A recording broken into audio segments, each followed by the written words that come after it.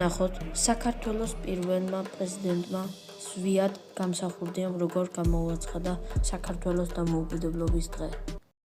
გამომდინარე, მიზანშეწონილად მიგვაჩნია საქართველოს რესპუბლიკის უზენაესმა საბჭომ რეფერენდუმში გამოხატული ხალხის ნების გათვალისწინებით სოფლიოს ცივილიზებულ ერთა წინაშე გამოაცხადოს საქართველოს დამოუკიდებელი სახელმწიფოებრიობის აღდგენა.